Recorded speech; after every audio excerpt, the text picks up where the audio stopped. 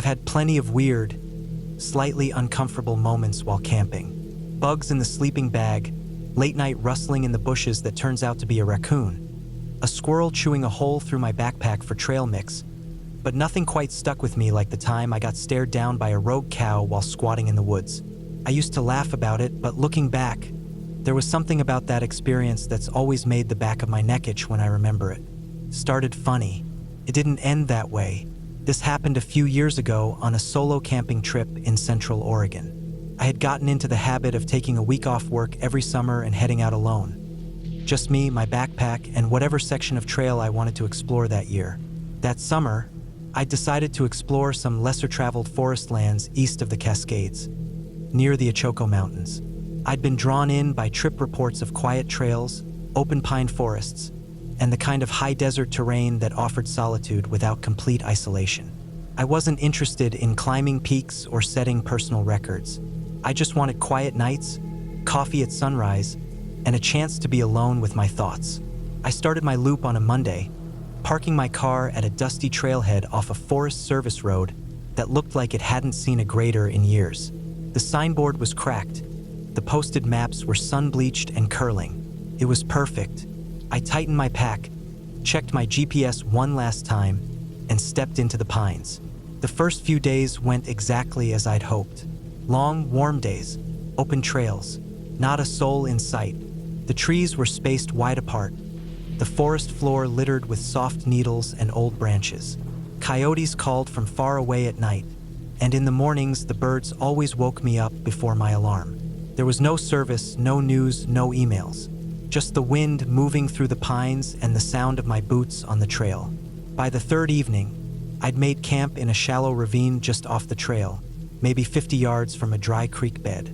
It had clearly run earlier in the season, but now it was just a ribbon of bleached rocks and cracked mud. My camp was minimal, just my tent, a bear bag hung high in a ponderosa, and my foam pad rolled out under the open fly. I cooked dinner, cleaned up, and sat on a fallen log watching the sky turn that deep, slow orange before it melted into dusk. It was a peaceful night. No sounds but a few crickets and the occasional snapping of a twig in the distance, probably deer. I went to bed early. The tent was warm with body heat and layered sleeping bags, and I drifted off quick. Sometime around 3 a.m., I woke up with that slow, creeping discomfort in my gut that only means one thing. You need to go to the bathroom. It was chilly, maybe low 40s, and dark. Really dark. The kind of dark where your own hand disappears in front of your face without a headlamp. I pulled on my shoes, unzipped the tent, grabbed the trowel, and walked off a little ways into the woods, the light from my headlamp making a narrow tunnel of visibility through the trees. I found a small rise in the ground away from camp and began the awkward but necessary process of squatting. That's when I felt it.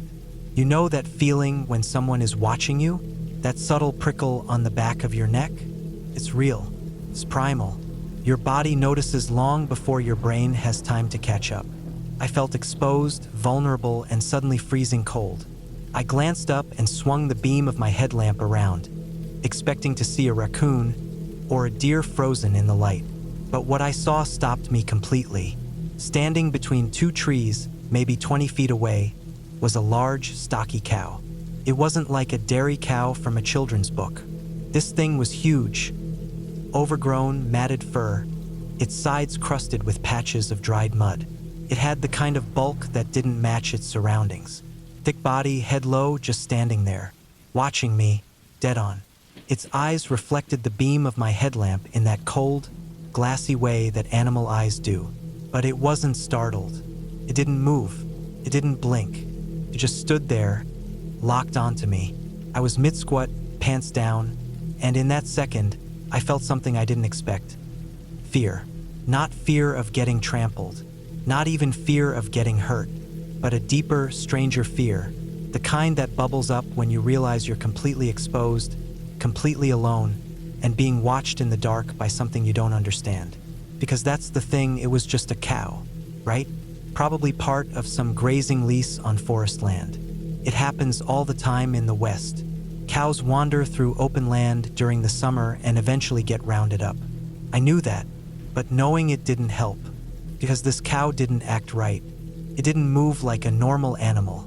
It didn't shuffle or breathe heavy or twitch its ears. It just stared, and it felt wrong. I finished up fast, clumsy, cold, barely managing to clean up. My hands were shaking as I stood, still shining the light on it. I whispered to myself to stay calm, even though I wasn't calm at all. I backed away slow, then turned and walked stiff-legged back toward camp, half expecting to hear it following me. But I didn't. When I turned around, the cow was gone. I didn't hear it move. No branches cracked, no hoofbeats, nothing. Just gone. The space where it had been now empty and silent. I got back into the tent and zipped it up tight, even though I knew a zipper wouldn't stop anything. I didn't sleep much after that. My ears stayed tuned to every sound. The wind, the leaves, distant crunches. I kept the headlamp next to me and turned it on more than once just to check the walls of the tent. In the morning, the forest looked normal again. Quiet, peaceful, but I didn't feel it anymore. I broke camp early and got back on trail, my pace faster than usual. Every time I stopped to rest, I scanned the tree line, expecting to see that same shape. The heavy body, the wide head, those motionless eyes. Later that day, I passed a trail junction near a cattle fence. A rusted barbed wire line half fallen in some places, probably meant to keep grazing cows from wandering too far. I thought about that cow again. Maybe it had slipped through and gotten lost. Maybe it was just curious. Maybe I was overthinking everything. But I couldn't shake it. I finished the loop 3 days later and drove back home. The trip had started out great, but ever since that night, something felt off.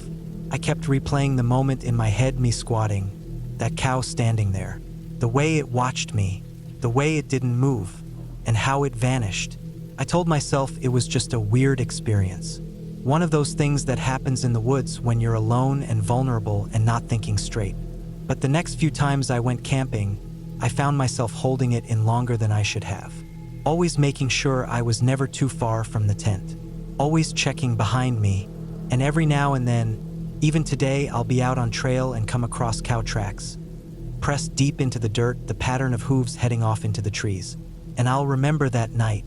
I'll remember how big it looked, how still it stood, how wrong it felt. And I swear, somewhere out there, that cow is still telling all its friends. Or maybe it doesn't need to, because ever since that night, I haven't quite looked at the woods the same way. And I haven't squatted without checking the trees first. Not once. I work as a counselor at a summer camp deep in the woods of Southern California. It's the kind of place that's far enough from the city that your phone barely works unless you're standing on a specific rock behind the mess hall. The camp itself is beautiful. Dense pine trees, winding trails, and a big lake right in the center where we run canoeing and swimming lessons during the day. The air always smells like dust and sap, and the sunsets bleed orange through the forest like fire behind the trees. It's peaceful most of the time, quiet, but it has its moments. Moments where the forest feels a little too quiet, or when shadows move in ways that don't quite make sense. Sometimes you hear things you can't explain, or see shapes in the trees that make your heart race before you blink and realize it's just a deer or a branch swaying in the wind. I've been working here for a few summers now. I usually get the middle-aged campers, 9 to 11-year-olds, which is a good age. They're old enough to be mostly independent, but still young enough to listen when you tell them not to wander off.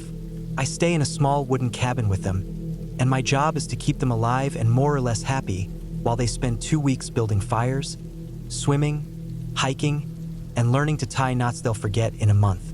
Every night, once I get my kids to bed, I usually stand outside for a bit before heading in. Sometimes I walk down to the counselor's fire pit if I'm not too tired.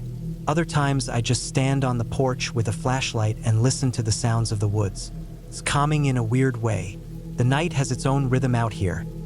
Coyotes howling from far away, owls calling to each other across the hills, crickets chirping in the grass. Occasionally, something bigger rustles through the undergrowth. We've seen foxes, raccoons, deer, and once, someone spotted a mountain lion pacing along the ridge near the hiking trail. That got everyone on edge for a few days. There's also this vibe that floats around camp. a sort of eerie atmosphere that hangs in the background. Most of us don't talk about it much, but we all feel it at some point. Like the way the fog creeps in too thick some mornings and doesn't lift until noon. Or how some parts of the woods seem older, more worn down, like they've been walked through for centuries. There are old structures hidden in the trees if you go deep enough. Broken fences, stone walls with moss growing through the cracks, and rusted tools stuck in the dirt. Nobody really knows the history of the place. Some say it used to be a logging area. Others claim there was a homestead here back in the 1800s. The official records don't say much. And of course, there are ghost stories. Counselors tell them at campfires to scare the kids. Little stuff, mostly. A woman who wanders the lake at night looking for her child. A kid who disappeared on a hike and was never found. Nothing any of us really believe. Still, once in a while, something happens that makes you think twice. It was about midway through the summer when it happened. A regular night, really. The campers were asleep. I had just finished brushing my teeth with a bottle of water and some biodegradable soap and stepped out onto the porch of my cabin. The air was still and a little humid, but cooler than the day had been. The sky was clear. I could see the stars between the tree branches, and the moon was out, bright and full. Another counselor, David, I think, was standing out in front of the next cabin over. We started chatting quietly, just small talk about the day and how the younger campers kept trying to sneak snacks into their bunks. We weren't more than a few minutes into it when it happened. From down the trail that led toward the mess hall, a group of teenage girls came sprinting into view, all of them dressed in black. I recognized the counselor at the front, Sadie. She was fast walking, almost jogging, with her hands on the shoulders of the girl in front of her like she was herding them all forward. They looked panicked. Some crying, others pale and wide-eyed. I'd never seen them like that. Sadie wasn't the type to overreact. She was one of the more grounded staff members, the kind who could talk a kid out of a panic attack or handle a snake in the showers without flinching. They passed by us in a rush. Sadie glanced at me and yelled something about hearing a ghost. Said she'd explain later once her campers were asleep. Then they vanished into the shadows near the cabins. That stuck with me. I'd seen campers get spooked before. Coyotes yipping in the distance can send a 10-year-old into a fit. But this was different. Sadie wasn't someone who got scared easily, and her campers weren't little kids. These were teenage girls, the kind who usually laughed at ghost stories, not ran screaming through the woods because of one. I waited about half an hour. The woods were quiet again. No more footsteps, no more voices. Just the usual background sounds of nighttime in the forest. Eventually, Sadie came back. She looked calmer now, but still tense, like she was trying to process what had just happened. We walked a few feet away from the cabins so we wouldn't wake anyone. She started telling me what had gone down. Apparently, she had taken her girls on a night hike, something they did sometimes as a fun activity. They all wore black and pretended to be ninjas, sneaking through the woods without flashlights, using the moonlight and each other's eyes to stay on the trail. They were on their way back, laughing and joking, when they reached a darker section of the trail near a bend that drops down into a low valley. That's when they heard it. A voice, faint and high-pitched, calling help from the trees. At first, it sounded like a little kid, somewhere off the trail, maybe 30 or 40 feet into the brush. Sadie said she stopped and listened, thinking maybe one of the younger campers had wandered off. But it didn't make sense. All the little kids were accounted for, and no one was missing. The call came again, help, a little louder this time, still soft but more strained. She told her girls to stay close and started calling out, but the voice didn't respond. It just kept repeating the word, help. Each time it came, it sounded more broken, not farther away, not closer, but twisted, as if something was trying to mimic the sound but didn't know how. The syllables stretched too long or came too sharp, and eventually it didn't sound like a child anymore. It sounded like something pretending to be a child but failing, like it was unraveling. That's when her girls panicked and bolted. I'll admit, even hearing the story secondhand, I felt a cold weight settle in my gut. There's something primal about hearing a cry for help in the woods. Pulls at you. But if that sound turns into something else, something wrong, you feel it in your bones. Despite everything, we decided to go back and check it out. At felt like the responsible thing to do. We grabbed flashlights and headed down the trail. The moon was still bright, but the trees were thick, and our lights cut narrow cones through the darkness. The path was uneven, dusty, and scattered with roots. We walked slowly, not talking, just listening. We reached the bend in the trail and paused. That part of the forest always gave me a weird feeling, like the trees were pressing in closer, or like the ground had soaked up too much silence. We stood there for a minute, letting our ears adjust. Then we heard it. It didn't sound like a child anymore. It didn't even sound human. It was a shriek, drawn out and warbling, like metal scraping against metal, but with the rhythm of a voice. It echoed through the trees and bounced off the hillside like it was coming from everywhere at once. The hairs on the back of my neck stood up. I felt it in my chest, that old, deep instinct telling you to get out. We didn't say anything. We just turned around and walked fast, then faster until we were back in the well-lit part of camp. My hands were shaking. Sadie looked pale, her lips tight. We told the other counselors what happened. Most of them laughed, said it must have been an animal. One of them joked that maybe we'd seen the ghost of the lake lady. I didn't argue. I just went back to my cabin and lay awake most of the night, listening to the woods. The next morning, the camp director called a meeting. Nothing serious, just a routine gathering to go over schedules and safety reminders. Then, casually, they mentioned that there had been a lot of bobcat activity in the area lately. Apparently, they make high-pitched yelping sounds at night, calls that can sound like a child crying or screaming. We were told to remind campers not to panic if they heard strange noises in the forest. "It's just a bobcat," they said. "They're harmless." Everyone at the meeting looked at me and Sadie like we were idiots. For the rest of the summer, anytime someone heard something weird, they'd say, "Oh no, it's the ghost bobcat," and laugh. We took the teasing in stride, but I never forgot that sound. And every time I walked past that part of the trail, I picked up the pace just a little. Because I don't care what anyone says, bobcat or not, that didn't sound like anything natural. And even if it was, sometimes nature can be the scariest thing out there. I've done a lot of backpacking over the years. Mountains, forests, deserts. I've had close encounters with wildlife, crossed icy streams barefoot, gotten off trail, run low on water, and had gear failures that could have gone a lot worse than they did. All that stuff has its own kind of stress. It makes for good stories and useful lessons. But none of it comes close to how deeply lightning has shaken me. When you're out in the backcountry, most dangers feel like something you can manage with good planning and common sense. Avoid cliff edges. Don't leave food out. Stay warm, stay hydrated. If something goes wrong, it's usually because of a decision you made or didn't make. But lightning doesn't care what kind of gear you have or how experienced you are. It doesn't care if you're under shelter or if you've done everything right. It's unpredictable and massive and fast, and it makes you feel smaller than anything else out there. That kind of helplessness doesn't leave you quickly.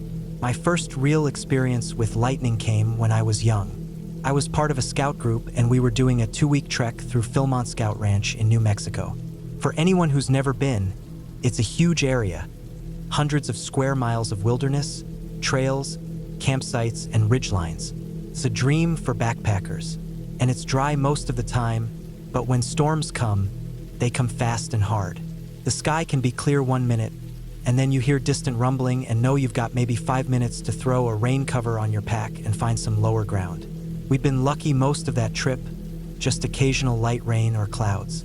But one evening we were eating dinner near our tents in a small clearing. There were dark clouds overhead, but still plenty of sun filtering through from the west. I remember that weird golden light you get when there's sun but also a storm moving in. We weren't overly worried. The thunder had been distant. No rain yet. We were sitting on bare canisters, holding our mess kits, halfway through some kind of rehydrated chili when it happened. There was no warning, just a flash and then instantly the crack. A bolt hit a tree maybe 50 feet from where we were sitting. It didn't even feel like there was a delay between the flash and the thunder. It was like both happened at once. The light was blinding, even in full daylight. And the sound, it wasn't just noise, it was pressure. A blast wave that felt like it hit you in the chest. The tree exploded. Not just a scorch mark or a small fire. It shredded. Bark flew off in chunks, and we later found splinters stuck in the ground 15 feet away. Everyone jumped up. Some of us fell over. Dinner went flying. I remember looking at my hands afterward, and they were shaking. We were lucky. So lucky. If that bolt had picked a tree closer to us, or worse, a person, we'd have been dealing with a death or at the very least a major injury, hours from help. That night, I laid awake for hours. The storm passed quickly, but I kept reliving the flash, the sound. I didn't say anything about how scared I was. We were teenagers trying to be tough, but it was the first time I really felt how vulnerable we are out there. No amount of maps or planning can stop a bolt from the sky. That was the first time, but the second was worse. Years later, on a trip through the Sierra Nevadas in California, I had an experience that left a permanent scar. Not on my body, but deep in my instincts. We were doing the Ray Lakes Loop in Kings Canyon. If you've ever hiked there, you know how beautiful it is. Glacial lakes, jagged peaks, stretches of granite that seem to go on forever. The trail we took wound through valleys and over passes, and one of our designated campsites for the night was at the bottom of a tight granite valley, by a river. It was a permitted NPS site, nothing fancy, just a flat area near the water. The site showed signs of past flooding, water lines on trees, smoothed out boulders, driftwood logs. But it was the end of a long day, and there weren't many options left without pushing another 5 miles uphill. It looked calm when we got there.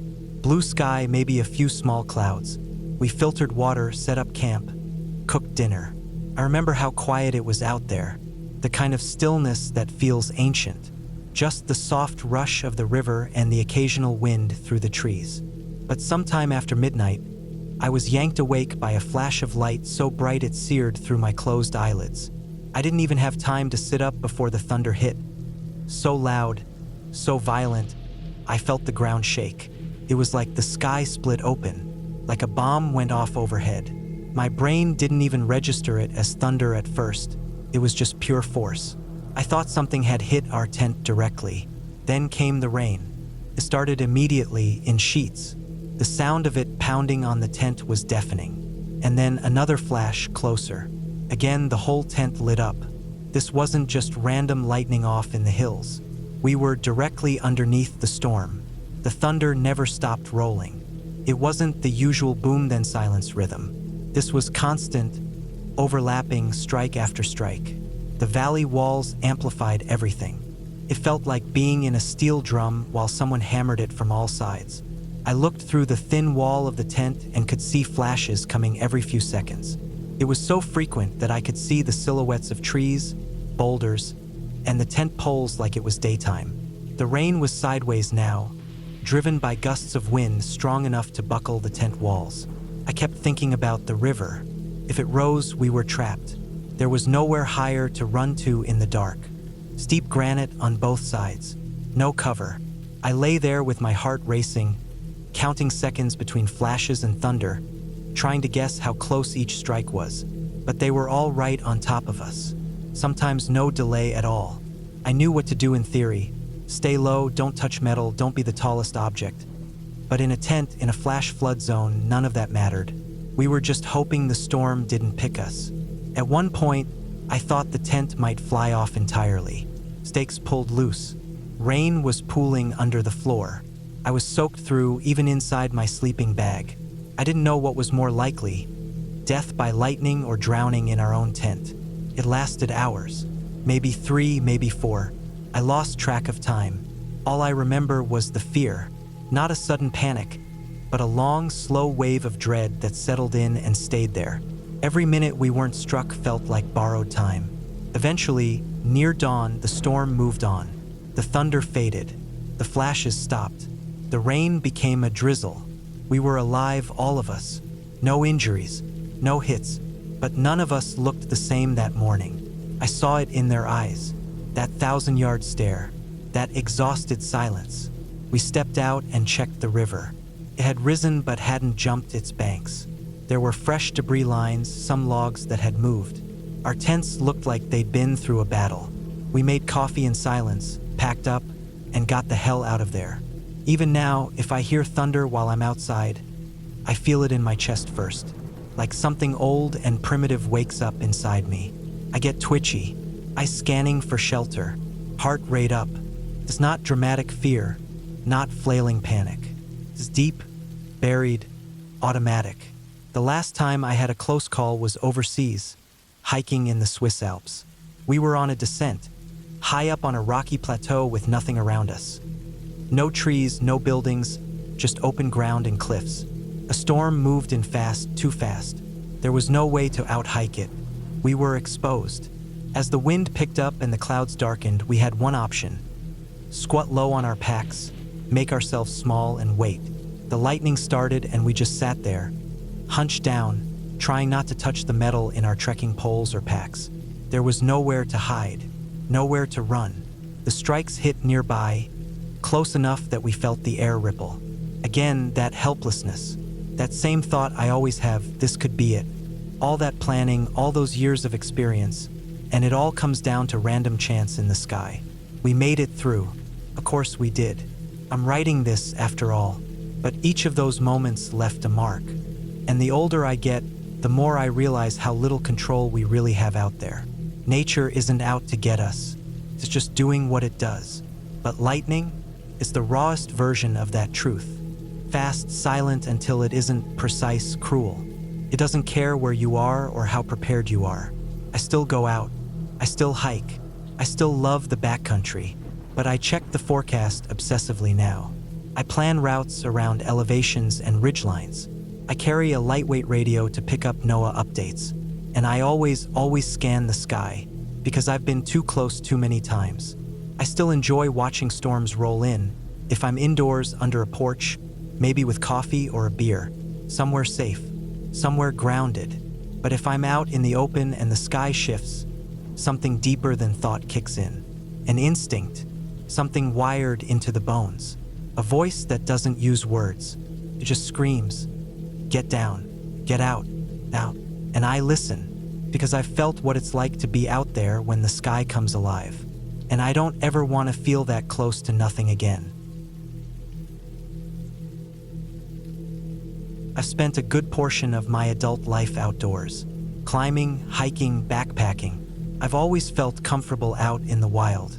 There's something about long stretches of trail, the slow rhythm of walking with a pack, and the quiet of backcountry nights that calms me. When you've spent enough time outside, the anxiety people often associate with wilderness tends to fade. It becomes normal to sleep under stars, to go without reception for days, to rely on your gear and judgment instead of convenience or comfort. I liked that kind of independence. I still do. But even now, years after this happened, I still think about that one night. It wasn't the scariest thing to ever happen to a human being. I know that. It wasn't dramatic in a movie kind of way, but it stuck with me deeper than a lot of things ever have. And it taught me how thin the line really is between control and helplessness, especially out there. It was a 6-day backpacking trip in the Sawtooths, late summer. There were 4 of us, me and 3 old friends I'd done plenty of trips with before. We weren't casual campers either.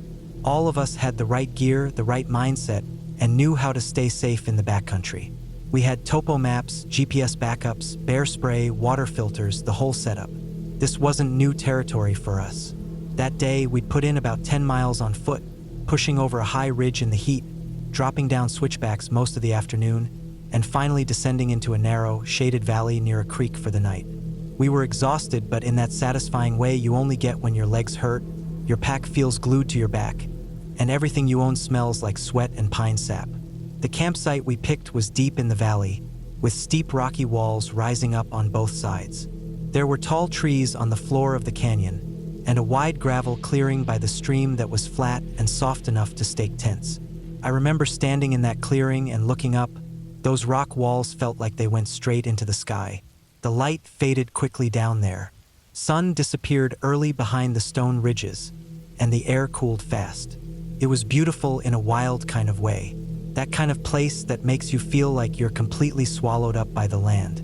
We ate dinner while the shadows stretched long through the trees, then packed our food into the bear canisters, placed them down the trail a ways, and zipped into our tents. The night was quiet at first. Cool air, soft creak sounds, an occasional gust of wind through the tree canopy. Typical wilderness sleep, light, broken by animal sounds, branches dropping, the soft flutter of nylon from the wind. I woke up a few times just adjusting to the cold and the weight of the sleeping bag. And then, somewhere around 2 or 3 in the morning, everything changed. At first it was subtle, just a low grumble that I thought might have been thunder. It was deep and distant, like a big engine far off in the hills. I wasn't fully awake yet, but something in the sound triggered my brain to wake up fast. That rumble got louder, and it wasn't thunder. It was heavier, sharper. Then I felt it, just barely, a tremble through the ground. And I knew, a rock slide. Started quiet, then grew fast. That rumble turned into cracking and smashing and the sickening sound of something huge breaking through the trees somewhere up the slope. I froze. My heart was pounding so hard I thought I could hear it over the noise. The sound wasn't steady, it came in waves. First a grinding, then silence. Then a loud crash, then a roll, like massive boulders tumbling, stopping, starting again. You could feel how big they were from the weight of the sounds, like the ground itself was coming undone piece by piece. I thought about running. I really did, but it was pitch black outside the tent. No moon, just stars and a black tree canopy. I didn't know where the rocks were coming from exactly. I didn't know if they were heading straight for us or if they were a quarter mile away. And even if I got out of the tent, what then? Run into the trees in the dark? Straight into the path of the slide? Or off a ledge? My headlamp wasn't even on. I couldn't see my hand in front of my face.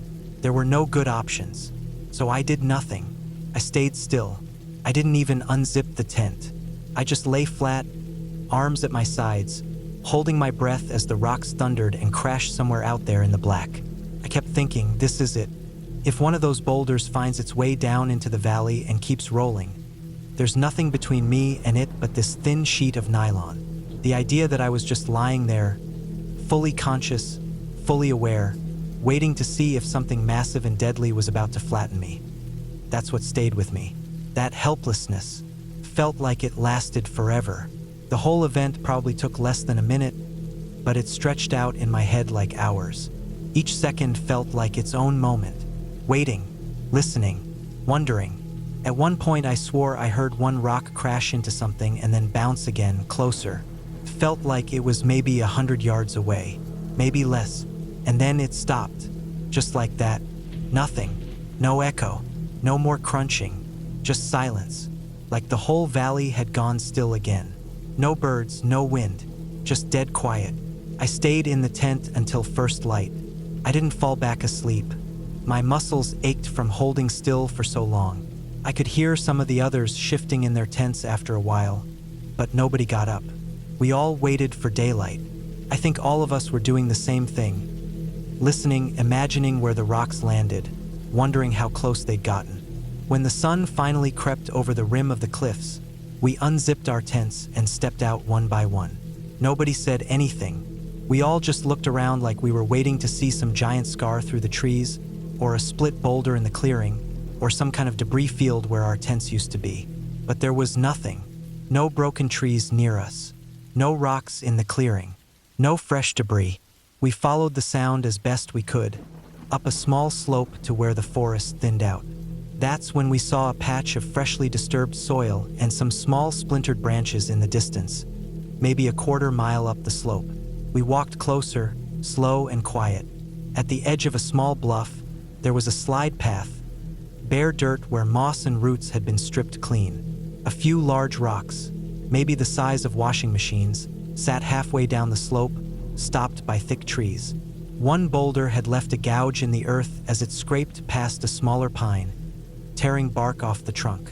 They hadn't reached us, not even close. But in the middle of the night, not knowing the layout, not knowing how far or how fast or from what direction, none of that mattered.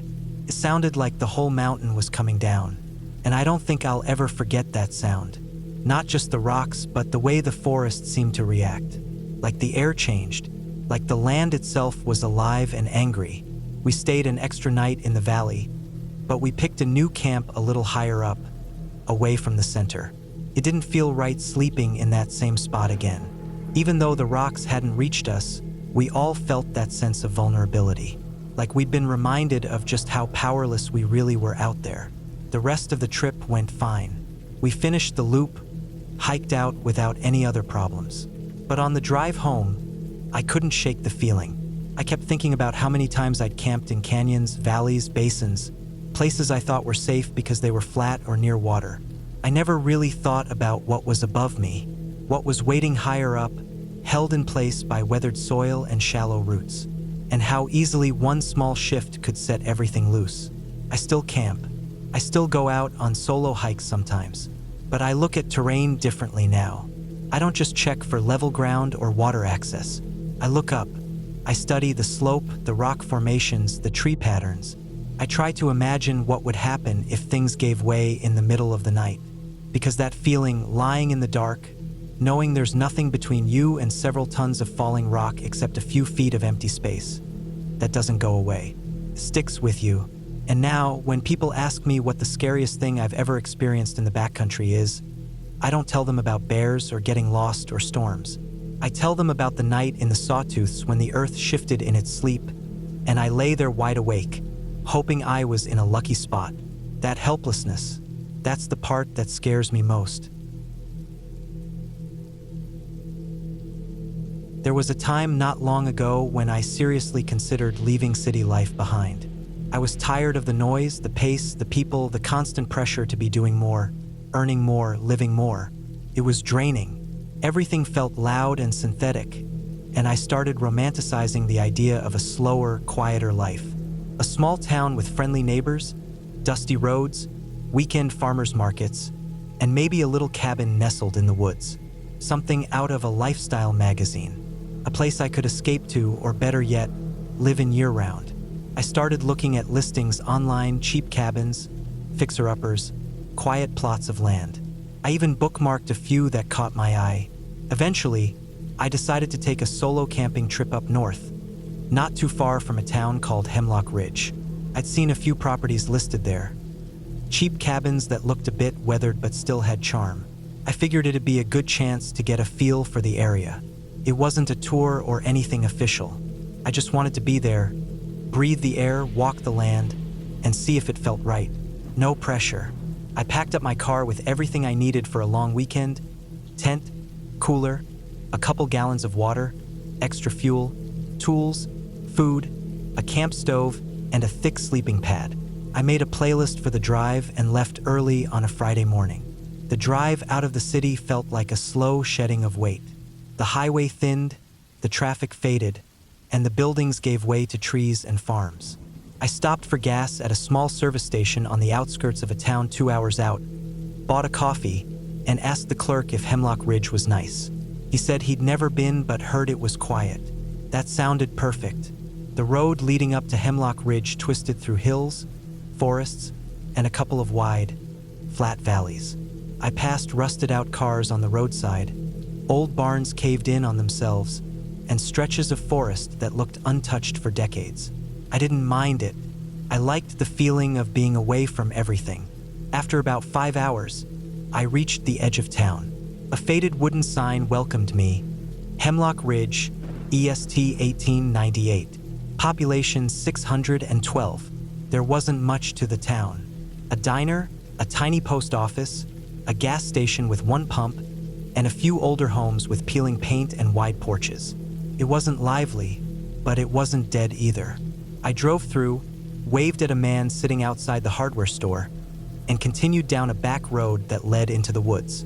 I had researched a public forest just west of town that allowed dispersed camping. No designated sites, no check-ins, just a pack-in, pack-out policy. I found a narrow dirt road and followed it deep into the trees until it became too rough to drive further. I parked at a pull-off spot, grabbed my pack, and hiked about half a mile until I found a small clearing by a stream. There was no one else around, just trees, rocks, the sound of trickling water, and that heavy, quiet air you only get deep in the woods. It was exactly what I wanted. I set up my tent, laid out my gear, and started a small fire in the rock ring someone else had built there long before me. I had a warm meal, drank cold water, and lay on my back watching the stars until I drifted off to sleep. For the first time in a while, I felt peaceful. No buzzing streetlights, no sirens, no phones. The next morning, I got up early and wandered through the woods with a small notebook. I was trying to visualize owning land out here.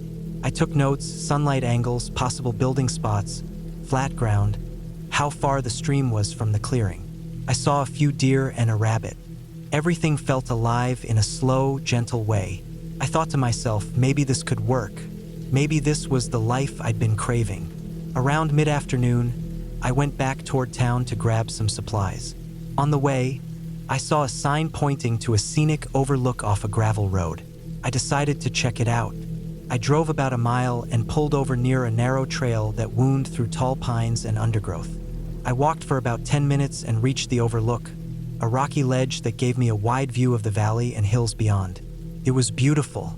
The sun hit the trees just right, making them glow gold and green.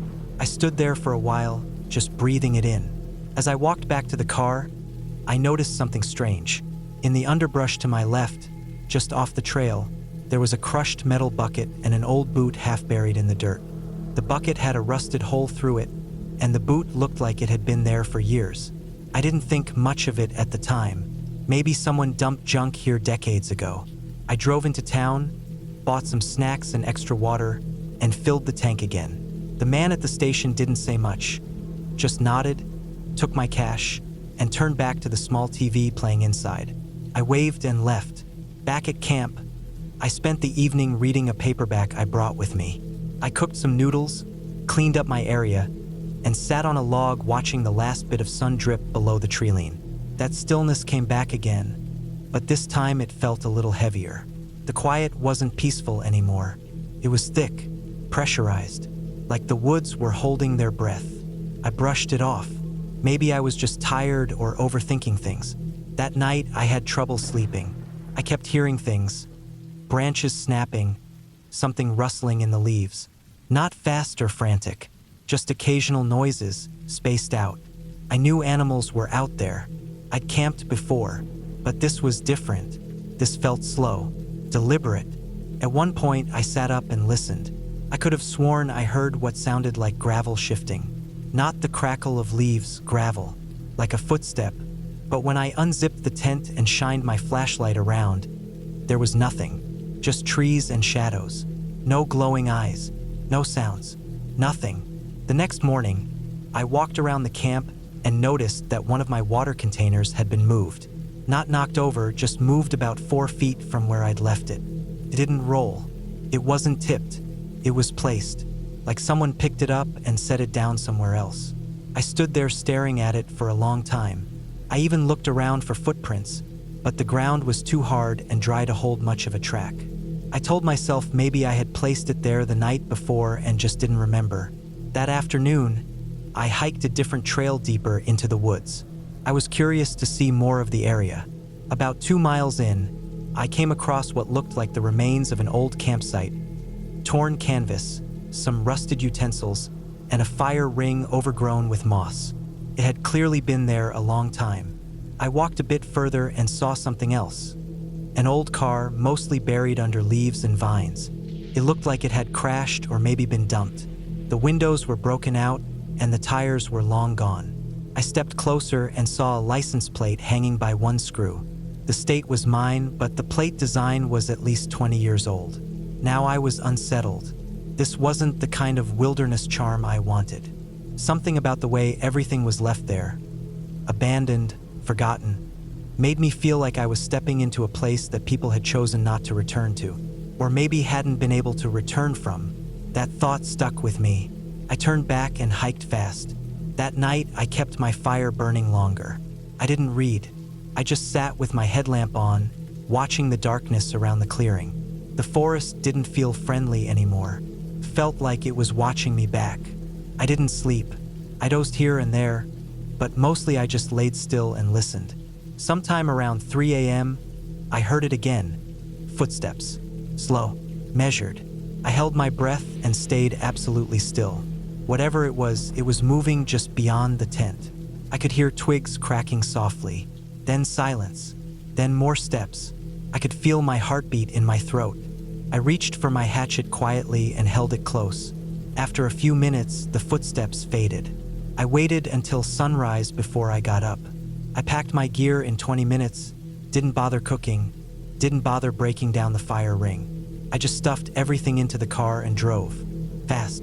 I didn't stop in town. I didn't even look at the properties I had bookmarked. I got back on the highway and drove until I hit cell service. Then I kept going, all the way home. When I got back to my apartment, I unpacked everything, cleaned it, and stored it away. I didn't tell anyone what happened. What would I say? I don't even know what happened myself. I just know that whatever version of peace and quiet I thought existed in that forest, it wasn't real. Or maybe it was, but it wasn't mine to find. A week later, I deleted all the bookmarks for cabins and land. I stopped browsing listings and closed my forum accounts. That dream, that fantasy about moving to a small town and buying a cute cabin in the woods, it went up in smoke the moment I realized how far away help really is when you're out there alone. How deep the silence can go. How small you feel when you realize that being away from people means being away from everything, including help. And just like that, my fantasy went poof. The woods aren't always peaceful. Sometimes they're just empty, and sometimes they're not empty at all. I don't even know where to begin. This was one of those trips I wish I could wipe from my memory, but I also feel like I need to remember it, just to remind myself how quickly a good idea can turn into something terrifying. It all started because I thought it would be a fun idea to take a solo camping trip into a remote part of the state. I'd been to plenty of national parks and designated campsites before, but this time I wanted something different. I wanted something more disconnected, more isolated. Somewhere off the map, not figuratively, but literally. I had heard about a remote region tucked between a few old logging roads way up in the northern hills. People online had mentioned a town up there that wasn't on GPS. They said it had a few stores, maybe a gas station, a local bar, and some friendly locals. That's all I needed to hear. I packed up my old 4Runner with supplies, tent, sleeping bag, 2 weeks worth of food, a gas burner, extra fuel, 2 coolers, extra water, a map, compass, and a fully charged GPS unit with backup batteries. I had paper maps too, though, just in case the signal went out. I even had a backup satellite device to ping my location in case of an emergency.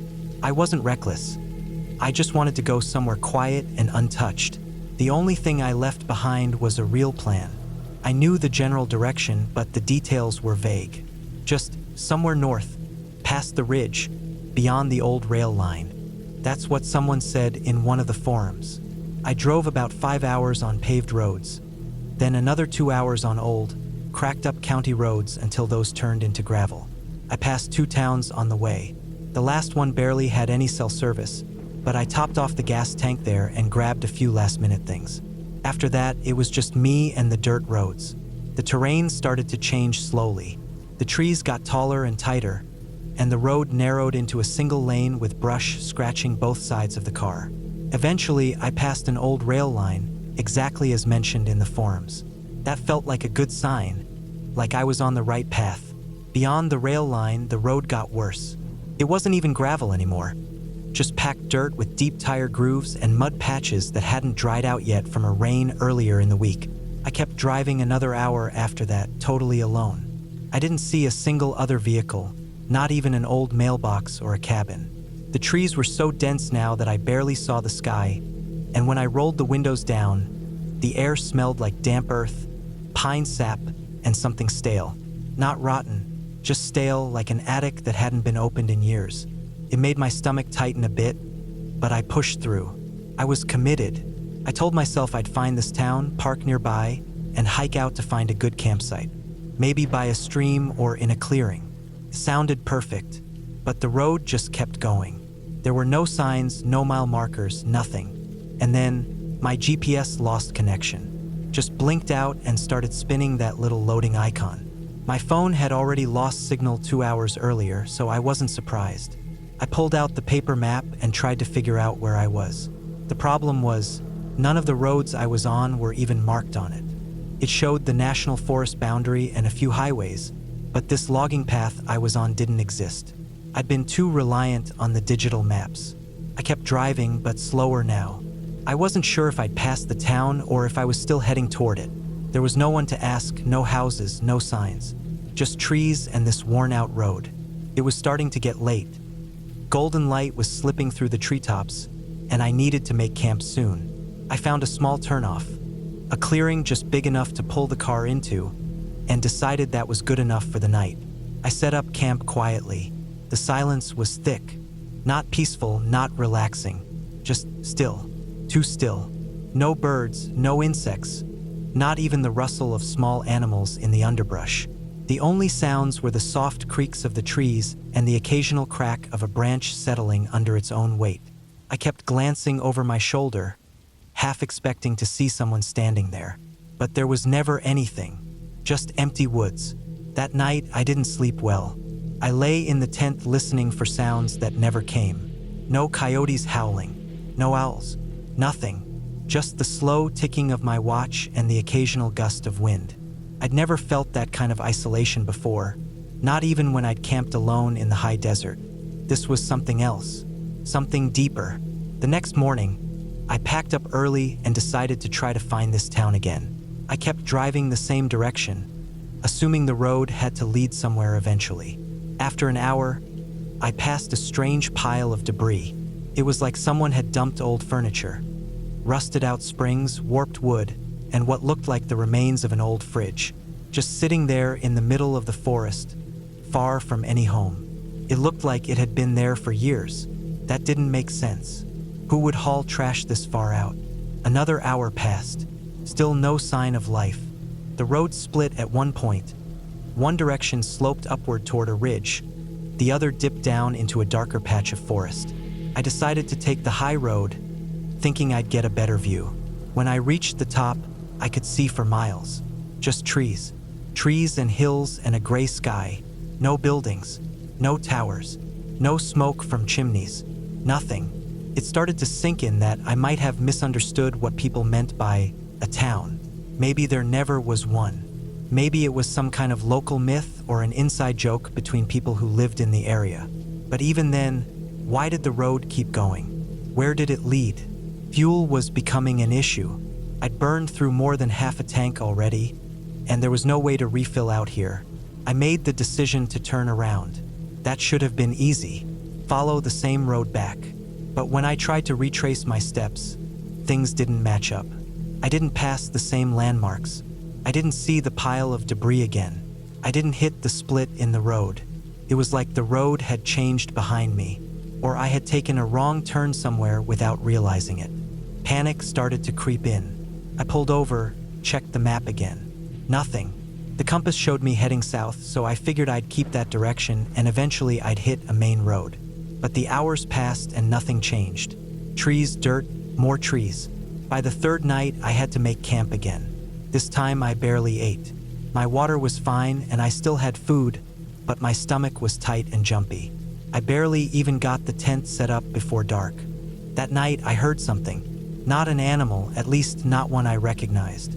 It was distant at first, a kind of snapping and crunching sound, like something heavy moving through the woods. But it wasn't on four legs. The rhythm was off.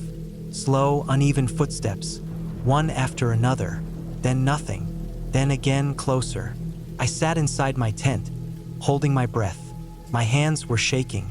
I didn't have a gun, just a knife and a hatchet, and they didn't feel like enough. The sounds circled my camp for what felt like hours, always just far enough that I couldn't see anything. And then they stopped. No retreating, just silence. The next morning, I packed up before sunrise. I didn't even roll the tent. I just stuffed it into the back seat. I drove faster, taking turns at random, following whichever road seemed wider or more worn, like it might lead to civilization. Eventually, I came to a small bridge over a dried-out creek. On the other side was a wooden sign that had fallen down. I stopped the car, got out, and flipped it upright. It had once said the name of a town, weathered letters burned into the wood. I could barely read it. Something like Colburn or Colbin. I don't know, but there was no town, just forest. I drove over the bridge and kept going. Another hour, then two. I hadn't seen a single house, mailbox, or telephone pole in over 100 miles. And the fuel light blinked on. Eventually, the road started to widen again, and then, finally, pavement. Cracked and overgrown, but still pavement. I followed it, heart pounding. I passed an abandoned shack with a caved-in roof, then an old barn. Then finally, I saw a real road sign, one with paint. It said the name of a town I'd never heard of, but it had a population number listed 0. I didn't stop. I drove past it and kept going. An hour later, I hit a functioning gas station. I pulled in, got out of the car, and leaned against the hood. My hands were shaking again, and I felt like I hadn't blinked in hours. I filled the tank, used the bathroom, washed my face, and sat in the driver's seat for a long time before I left. I didn't ask about the town. I didn't tell anyone where I'd been. When I got home, I tried to look it up. The name on the sign, Colburn or whatever it was. There were no results, no map data, no local records. I'll never go back out there. I don't care how much gear I have or how prepared I feel. Some places aren't meant to be visited. Some towns don't want to be found. And if you ever find yourself wondering, where's this town? Turn around, because the answer might be, it's already too late. I'd always thought I was pretty self-sufficient. I'd done enough solo trips and backcountry hikes to know how to manage myself out in the wild. I liked the silence. I liked not relying on anyone. I brought a lightweight stove, but if I had to, I knew how to build a fire and cook over it. I knew how to purify water, how to pitch a tent in wind, how to layer up in freezing temperatures. I wasn't cocky, but I was confident. That confidence is probably what pushed me to take that trip alone. I'd been working straight through the year and needed a break from the noise. I picked a spot up north, along a trail system I hadn't done before. It was somewhere out in central Idaho, away from all the popular campgrounds. I didn't want picnic tables and running water. I wanted deep woods. I wanted peace and distance. I picked a route that ran for about 25 miles through forest and around a lake. The plan was to hike out over 2 days, spend 2 nights at the lake, then loop back. I brought enough food for 5 days just in case, a water filter, a pot, a camp stove, fuel, my bear canister, the whole deal. I didn't skimp. I also packed light, just the basics. What I didn't bring was a backup. No GPS beacon, no walkie, no sat phone. I'd be alone with no signal, but that's how I liked it. The hike in was calm. Late September, so the trees were starting to turn, and the mornings were cold and damp with fog, but the days were clear and warm. I didn't see a single person on the trail, not even parked cars at the old trailhead. Just chipmunks, birds, the occasional deer that darted off into the trees when I came around the bend. I'd made it about 15 miles in by the second day when I found the spot I wanted. There was a clearing near the lake, just enough flat space to pitch the tent and cook. Water from the lake was a short walk downhill, and the slope made a natural windbreak. I set up camp around midday and sat out there for a long time just listening. The lake was quiet, still, not a ripple on the surface. It had that mirror look to it, and I remember thinking how rare it was to see something that still for that long. I boiled some water for tea, ate a granola bar, and let my legs rest. That night I made a simple meal, rice and beans with a small pack of tuna, the usual lightweight fare. I ate early, stashed the bear canister a good 100 feet away, and crawled into the tent before it got too cold. The sky was clear, and the stars were out. The kind of sky that looks fake because there's too much of it. I stared at it for a long time before finally dozing off. The first thing that made the trip go sideways happened on the second morning. I woke up around 6, unzipped the tent, and stepped out into air that felt sharp enough to slice. Frost coated everything. My boots were stiff. My water filter hose had frozen stiff overnight. That was fine. I expected cold, but when I walked over to grab the bear canister, I saw something that didn't make sense. The canister was gone. At first, I thought I was just disoriented. Maybe I'd stashed it further uphill or under some brush. But I looked, and looked again. I even walked small circles out from the tent site to make sure I hadn't misjudged the spot. Nothing. No drag marks, no torn wrappers, no sign of wildlife. It was just gone. That was a problem. All my food was in there. Everything sealed, packed, vacuum stuffed into that can. And it didn't just roll off. Those things are heavy and clunky. Even bears usually give up trying to open them. I scanned the area, looked for signs of prints or scat, but nothing stood out. It was just gone. I tried to stay calm. I still had my pot and stove. I had access to the lake for water. And tucked in my pack was a backup emergency meal. Just one MRE, buried at the bottom. I'd brought it in case I rolled an ankle on the way out. So I wasn't totally screwed yet. I decided to stay one more night, maybe two, and then hike back. I rationed the MRE and boiled water from the lake. I filtered it, heated it, made tea, sat quietly. But the feeling was off now. I kept scanning the woods. I don't know what I thought I'd see, but something about the way that bear can vanish didn't feel natural. Felt like someone took it.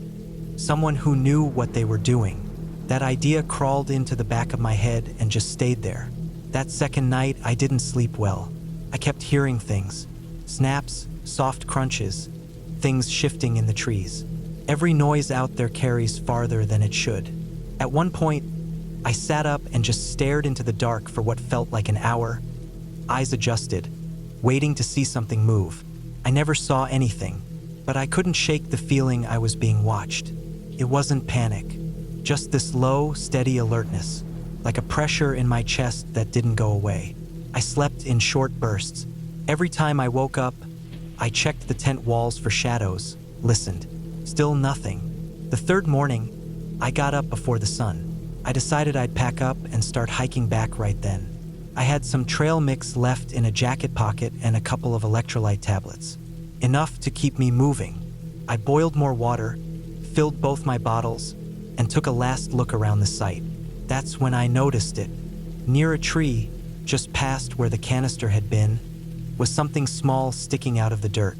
I walked over, knelt down, and pulled it up.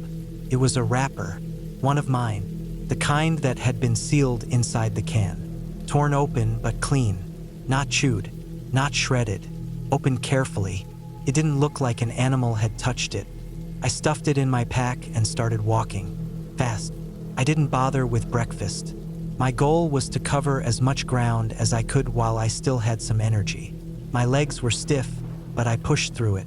I kept checking behind me every so often, scanning the trees, but there was never anything there. About 5 miles in, I found something else. A second wrapper. Same kind, just sitting on the trail. This one looked almost like it had been placed, not dropped. I looked around again, heart thumping now. I didn't know what this was. Someone messing with me? A weird coincidence? I didn't stop to think too long. I picked up the pace. By early afternoon, I'd covered another 10 miles and was nearing a trail junction that would put me within 5 miles of the trailhead. I decided to stop and take a short break. I sat on a fallen log, checked my water, and looked over the trail map. That's when I heard it, footsteps. They were behind me, soft at first, then clearer. I turned fast and saw nothing. The trail behind me was empty. I stood up and backed off the log. I felt the hairs on my neck go up. I didn't hear them again, but I didn't like that I'd heard them at all. I should have been alone. No one else was supposed to be out there. No camps, no cars. I hadn't seen anyone in days. I kept moving. No more stops. Just walking. Fast, steady pace. The sun was dipping by the time I saw the dirt parking lot through the trees. I felt this huge wave of relief wash over me.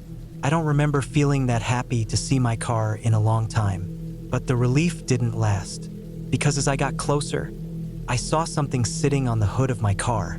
It was the bear canister, my bear canister, sitting upright, closed. I froze. My legs didn't move. I just stared at it. I approached slowly, every sense on high alert. The canister was clean. No scratches, no dents.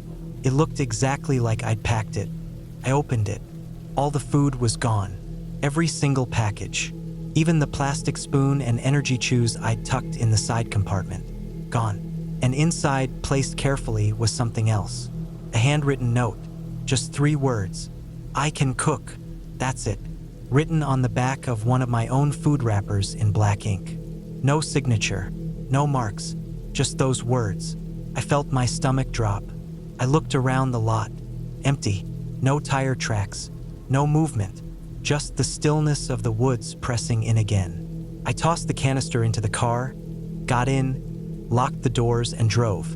I didn't even change out of my boots. I drove all the way back to town in silence, windows up, eyes on the road. And the entire time, I felt like someone was watching from the tree line. When I got home, I went over all the gear. Everything else was there. Stove, pot, clothes, headlamp, map. But something still felt wrong. Like someone had been inside my trip from the beginning. Like they'd been following me quietly, watching what I ate, waiting for me to sleep. I still don't understand it. I don't know who they were or what they meant by that note. But I do know this. Someone out there watched me, took my food, ate it, and left a message to let me know they could take more, that they didn't need help, that they could make their own food. I haven't camped solo since, not even close. I only go with people now, and we stick to marked sites. I carry a beacon. I let people know exactly where I'm going and when I'll be back. I never take chances anymore, and I've never eaten another meal in the woods without wondering if someone, somewhere, is watching me eat and planning to do the same. I don't know what it is about my dog that makes people act so weird. He's not a rare breed, not trained to do backflips or sniff bombs or anything like that. He's just a regular old mutt I picked up from a shelter 4 years ago. They said he was a mix of lab and maybe some German shepherd, maybe some hound. He's black with a white chest, strong, medium-sized, and has those kind, human-like eyes that make him look like he understands every word I say. I named him Toby. That's it, just Toby. Over the years, he's gone with me on almost every outdoor trip I've done. Camping, hiking, fishing. I don't like being alone in the woods, and he's solid company. He doesn't bark at every little thing. He stays close, and most importantly, he listens. But last fall, on a camping trip in northern Arizona, something happened that still doesn't make sense. It changed how I think about people more than it changed how I feel about the wilderness. It was the first time I got the feeling that someone might actually be watching me out in the woods, and that someone wasn't watching me, they were watching him. Started off normal. I'd taken a week off work and decided to hit the Mogollon Rim, one of my favorite spots. It's a huge escarpment that slices across central Arizona, full of thick pine forests, deep canyons, and cold creeks. I wanted to go a bit off-grid, so I packed the Jeep, made sure Toby's food and water were stocked, and drove out to a spot I'd marked on my GPS the year before. It was off a forest road about an hour from the nearest small town. No cell signal, no one around. Perfect. The campsite was nothing special, just a clearing in the trees near a small stream. No fire ring, no benches, nothing developed. That's how I like it.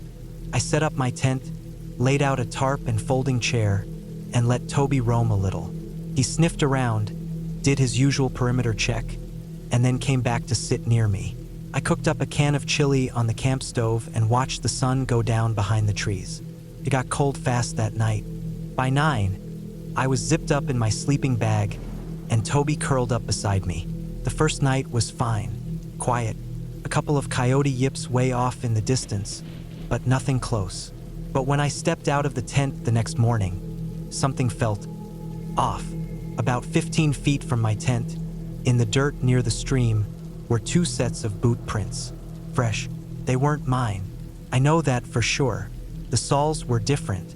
Mine are deep-lugged Vibrams. These were smooth-soled, almost like work boots or old combat boots. They were long strides, too. Whoever it was, they'd come in from the woods, stood near the stream for a while, then turned around and walked back the same way they came. No vehicle tracks, no gear, no campsite, just prints. I checked around for more, maybe thinking someone had camped nearby and just wandered past my spot, but I didn't find anything. I didn't like it, but it wasn't enough to pack up and leave. People hike through these areas sometimes, even if it's rare. I just made a mental note and kept Toby on a closer leash the rest of the morning. Later that day, around noon, I took Toby on a hike down an old fire road that dropped into a shallow valley. It was thick forest all the way, and the road had long since been blocked to vehicles, so it was quiet. We hiked for an hour or so, had some water, then turned around. On the way back, maybe half a mile from camp, Toby froze. He just stopped walking, ears up, nose twitching. I scanned the woods, thinking maybe a deer or a bear, but there was nothing. No sound, just trees and shadow. Then he gave this low growl, not barking, just this deep rumble that started in his chest, and turned around to face the way we came. I stood there for a minute, looking where he was looking. Still nothing, but he wouldn't move. I actually had to tug his leash a little to get him going again. We got back to camp and I didn't see any new tracks, but the feeling I had earlier was back, stronger now. I decided to keep my pistol on me that night, just in case. I don't usually carry unless I'm deep in bear country, but something about the area now felt off. That evening, I didn't build a fire, just ate a cold sandwich and watched the last of the light fade from behind the treetops. Toby stayed closer than usual, sticking right by the tent. When I stood up to stretch, he was at my heels. When I walked over to the edge of the clearing to relieve myself, he followed, like he didn't want to let me out of his sight. I went to bed early again, with my boots inside the tent and my gun close to hand. Around 2 a.m., I woke up to Toby growling again. This time, he was standing inside the tent, ears up, body tense, staring at the wall. I held my breath and listened. First, nothing. Then I heard it. Faint, slow footsteps outside, just on the edge of the clearing. I stayed still. I didn't make a sound. The steps stopped for a moment, then circled, slow and careful, like someone trying not to make noise but still stepping on pine needles and twigs here and there. It wasn't an animal. I know that sound. It was too deliberate, too heavy. Toby stayed in that crouched, alert stance for at least 10 minutes. Then everything went quiet. I didn't sleep the rest of the night. When the sun came up, I stepped out of the tent and looked around. Again, boot prints. Same kind. They led right up to the edge of my camp. Whoever it was had stood there, just feet from my tent in the dark, watching. I packed up fast that morning. I didn't even eat. Just rolled up the tent, threw everything in the Jeep, and got the hell out of there. But the weirdest part came about 10 minutes into the drive out. I was bumping along the forest road, trying not to pop a tire on the rocks, when I saw something in my side mirror. A man, standing just off the road, maybe 30 feet into the woods, just standing there watching my vehicle pass. I only saw him for a second, but I know I wasn't imagining it. And even stranger, Toby was pressed against the back window, growling low again, eyes locked on that same spot. I didn't stop. I didn't slow down. I just kept driving until I was out of that forest and back on paved roads. Later that day, I stopped at a small gas station in a town about an hour from the rim. I needed gas, and I figured I'd grab a coffee and settle my nerves. Toby sat in the back seat like always, calm now, tail wagging a little when I got back in the car.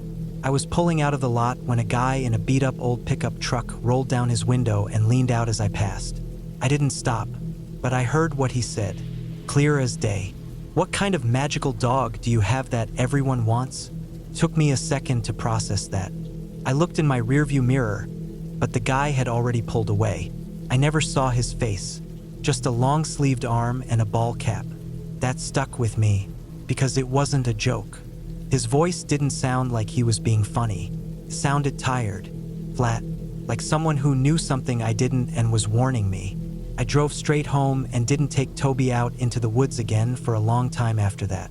Over the next few weeks, I kept thinking about everything. The prints, the sounds, the man standing in the woods, the strange comment at the gas station. And Toby, calm as always around people, but on edge every second we were in that forest. Almost like he'd known what was out there, like he could sense it. A few months later, I was talking with a coworker who used to work search and rescue in that region. I asked him, casually, if there had ever been reports of people going missing up near the rim. He paused for a second, then nodded. Yeah, a few. Mostly solo hikers or campers. Weird thing is, a couple of them had dogs with them. Never found the people, just the dogs. One was tied to a tree, still had food and water left. Another was found just sitting at a trailhead, days after the guy vanished. Good condition, just waiting. That chilled me in a way nothing else had. Because Toby had stayed close to me the entire time, watched the woods, growled at the right moments. Maybe he kept me safe. Maybe that's what the guy meant at the gas station. Maybe Toby is the kind of dog everyone wants, because he knows when something isn't right. Maybe someone out there saw that and wanted him. I don't know what they wanted him for. I don't want to know. But I keep the doors locked now, even at home. I don't post photos of him online. And when we go hiking, I stay closer to town. More people around. Cell signal. Park rangers. And I never, ever camp near the Mogollon Rim anymore.